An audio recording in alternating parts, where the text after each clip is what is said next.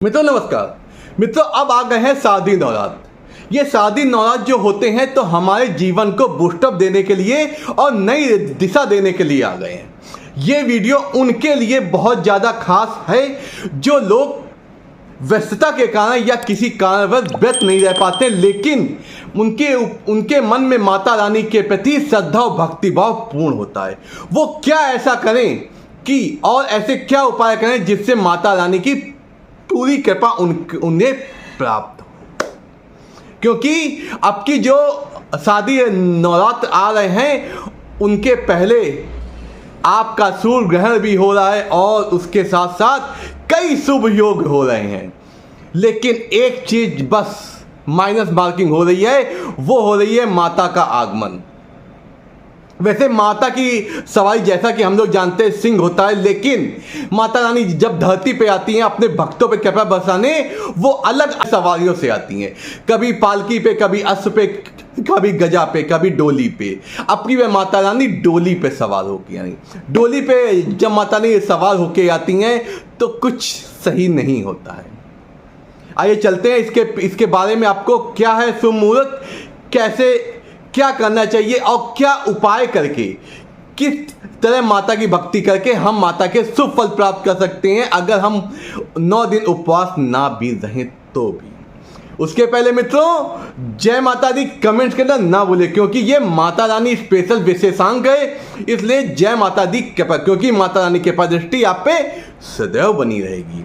और जो मित्र आज नए जुड़े हैं वो चैनल को सब्सक्राइब करना भूले, क्योंकि मैं आपको जीवन को बेहतर बनाने के लिए और जीवन में किस तरह अनुशासन में रहा जाता है उसके लिए मैं अच्छे अच्छे वीडियो लाता हूं जिससे आपका दिन सुखमय और समृद्धशाली बने। आइए चलते हैं मतन।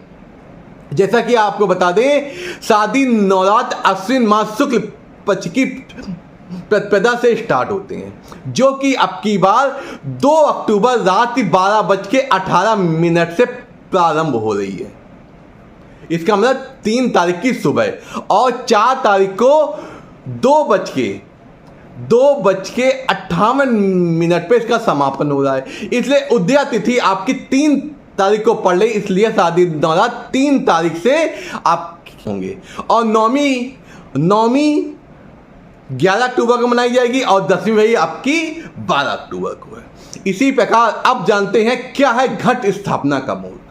घट स्थापना का मुहूर्त सुबह 6:31 के से सुबह 7:31 तक 1 घंटे का शुभ मुहूर्त है। आप इसे माता रानी की घट स्थापना करें। और जो लोग काम में व्यस्तता के कारण दोपहर को चाहते हैं उनके लिए 12:05 से 12:51 तक अभिजीत मुहूर्त होता है, जो अपने आप में सर्वोत्तम होता है। वो है 12 बजे भी आप कर सकते हैं।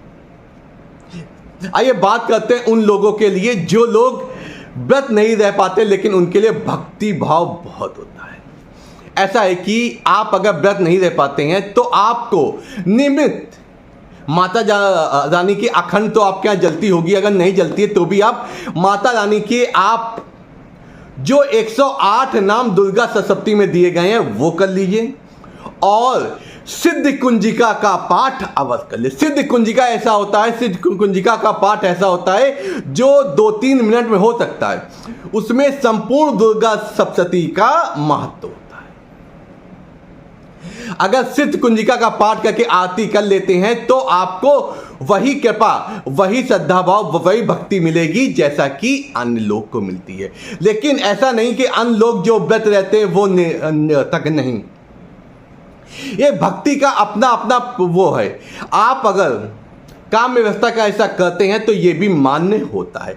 और इसके अलावा आपको प्रतिदिन कन्या को कुछ ना कुछ फल या मीठा दान अवश्य करें। इससे क्या होगा, माता रानी का स्वरूप कन्याओं में कहा गया है, इसलिए कन्या को अगर कन्या पूजन पद्य करते हैं कि जैसे कुछ माने आपने केला दे दिया, सेब दे दिया या कन्याओं से संबंधित कोई चीज दे दी, वस्त्र दे दिए या मिठाई दे दी, तो इससे भी आपको माता रानी की कृपा अवश्य प्राप्त है। इस प्रकार आप और लेकिन इस काल में जो 9 दिन होते हैं आपको कन्या से अपशब्द नहीं बोलने, वैसे तो कभी नहीं बोलने चाहिए, लेकिन अपशब्द नहीं बोलते, और अपने घर की महिलाओं से भी नहीं बोलने चाहिए। इस प्रकार आप कुछ ऐसे काम करके माता रानी की पूर्ण भक्ति प्राप्त कर सकते हैं। लेकिन ये जो नवरात्रि है, अब की बार के नवरात्रि ये करना बहुत अत्यावश्यक, क्योंकि कुछ ग्रह गोचर ऐसे इस वर्ष बन रहे हैं जो कुछ सही नहीं है। क्योंकि नवरात्रि के प्रारंभ के पहले सूर्य ग्रहण का होना जो सही नहीं होता है। माता रानी जो डोली पे आती है तो ये राज चिंता, राज भय और राज की सुरक्षा के लिए, देश की सुरक्षा के लिए कुछ शुभ संकेत नहीं होते हैं। इसलिए हमें अपने परिवार की रक्षा के लिए, अपने परिवार की सुख समृद्धि के लिए माता रानी की भक्ति अवश्य करनी चाहिए। इससे क्या होता है, हम नवरात्रि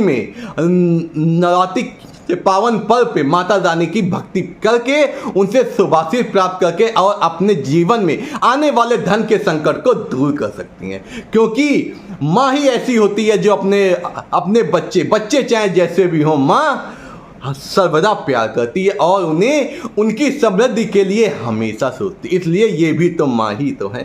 इसी प्रकार लिखिए जय माता की, क्योंकि इस नवरात्रि में आप अपने जो कष्ट हैं माँ के से कहिए, माता आपके कष्ट का निवारण अवश्य करेगी। इसी प्रकार हमसे जुड़े रहिए। मैं आपके जीवन को और बेहतर बनाने के लिए और भी अच्छे वीडियो लाऊंगा, जिससे आपको जीवन में आने वाली कठिनाइयां दूर है, क्योंकि अब आप हमारे परिवार का हिस्सा बने। नमस्कार, आपका दिन शुभ हो, आपके जीवन में कोई समस्या ना हो।